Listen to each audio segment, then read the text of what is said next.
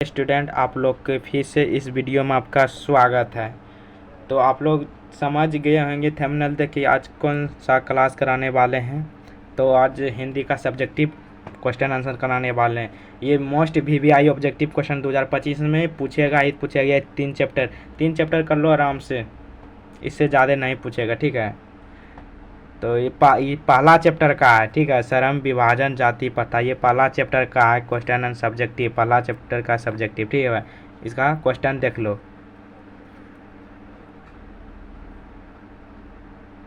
इसका क्वेश्चन है 1 नंबर में, लेखक किस विडंबना की बात करते हैं? विडंबना का स्वरूप क्या है? तो विडंबना का स्वरूप क्या है? उत्तर में है बाबा साहेब भीमराव अंबेडकर द्वारा लिखित श्रम विभाजन पाठ से लिया गया है, जिसे विडंबना की बात करते हुए कहते हैं कि इस युग में भी जातिवाद के पोषकों की कमी है, जिसके स्वरूप की जाति प्रथा श्रम विभाजन के साथ साथ श्रमिक विभाजन का स्वरूप ले रहा है, ठीक है। वो स्वरूप ले रहा है, तो अस्वाभाविक है। क्या हो जाएगा? ये अस्वाभाविक है। तो इसका पहला क्वेश्चन यही है। आप लोग कलम और कॉपी ले बारिए और आराम से लिख जाए या स्क्रीनशॉट ले लीजिए। इसका स्क्रीनशॉट ले लीजिए बाबू, ठीक है।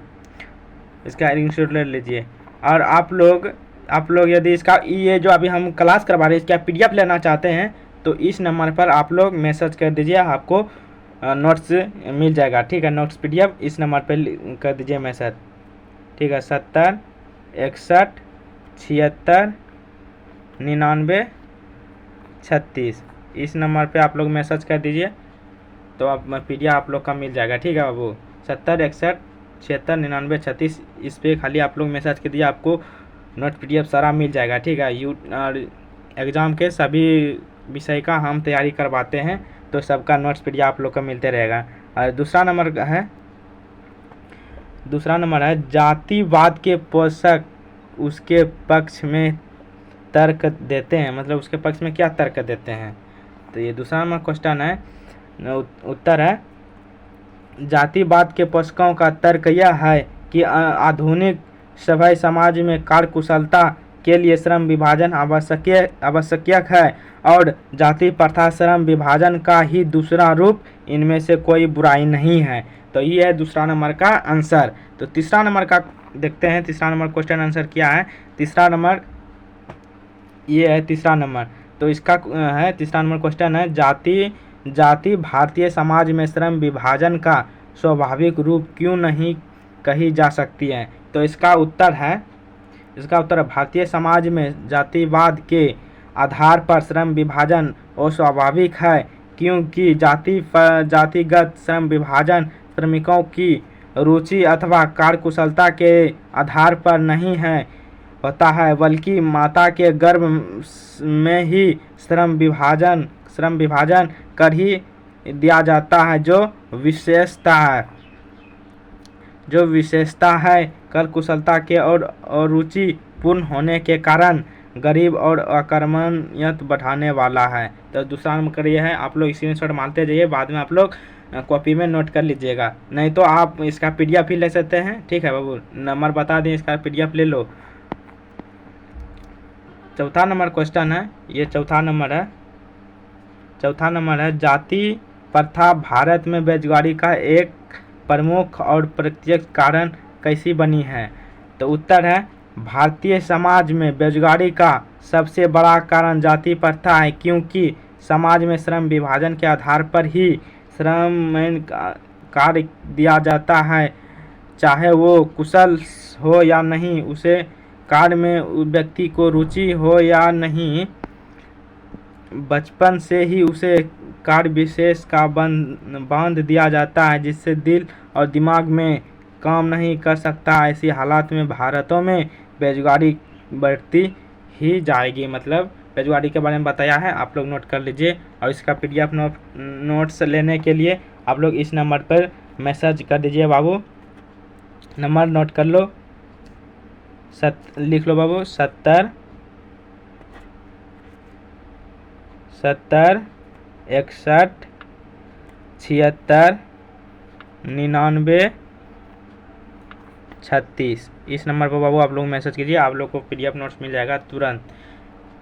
तो 55 नंबर क्वेश्चन है,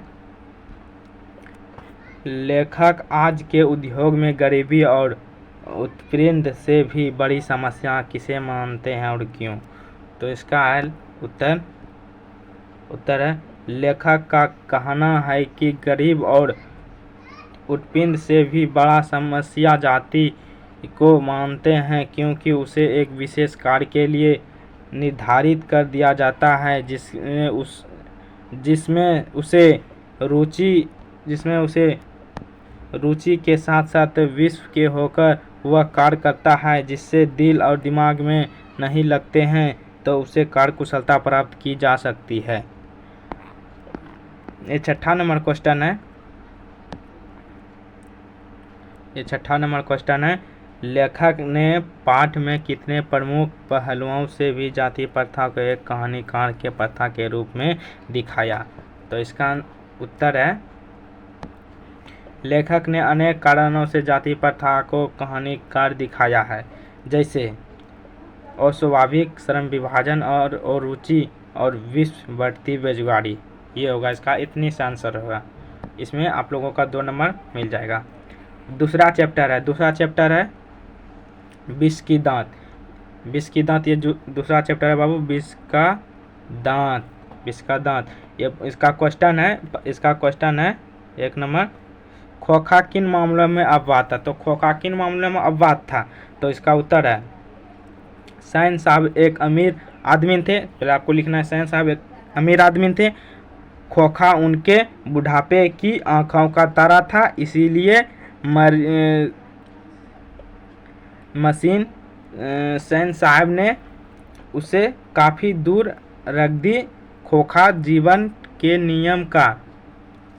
का नियम का जैसे अपवाद था, और इसीलिए यह भी अस्वाभाविक था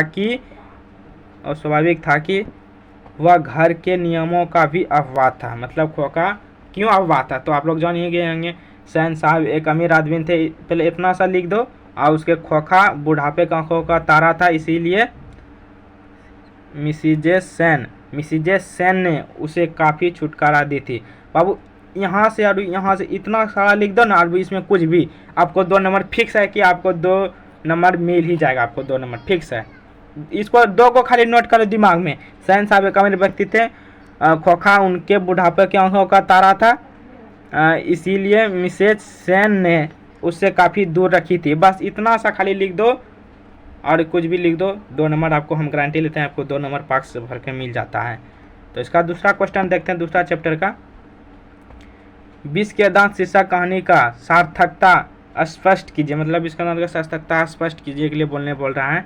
तो इसका उत्तर हो जाएगा, विष के दांत शीर्षक कहानी महल और झोपड़ी की लड़ाई की कहानी है। मदन पीटे जाने पर खोखा के जो दांत टूट जाते हैं, वे अमीर की प्रदर्शन प्रक्रिया करती हैं। गरीब पर उनके अत्याचार के विरुद्ध एक चेतावनी सार्थक विरोध है। इसीलिए यह कहानी का लक्षण है कि सिनोदय कहा जाता है कि विष के दांत इस दृष्टि में बड़ी ही सार्थक कहानी शीर्षक है। तो इतना सा होगा बाबू। और यहाँ पे है,